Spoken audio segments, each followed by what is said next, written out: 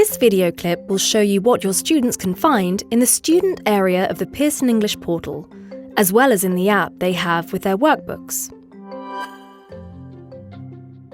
Let's start with the student area of the Pearson English Portal. In order to access this area, students need to have student books with online practice. They will log into the portal with the code they have in the student book. Having logged in, they will see a selection of resources they can use. Let's look at these resources one by one. The first icon you see is for homework. These are checkpoint activities you assign to students. Homework will only show in this area when you have assigned it.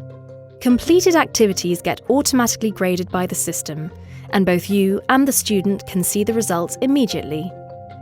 If you are using the MiPro version of the course, checkpoint activities will appear in My English Lab together with all the other assignable activities you have.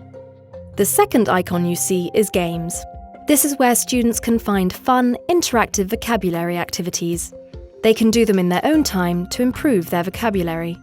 The next icon is where students can find workbook audio, which they might need to do their homework. Students also have access to all the course video clips, so they can watch them outside of the class. And finally, past homework is where all the activities assigned by the teachers go after their submission date. This means students can still return to these activities at any time, for example, when they are revising for an end-of-year test. Workbook audio and video are also available on the student app. Students can access the app using the code and instructions provided in the workbooks.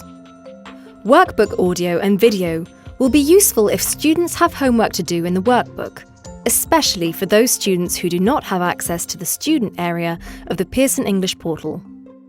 We have now discussed the student area of the Pearson English Portal and the student app. To learn about the remaining digital components of Now I Know, please watch other video clips in the series.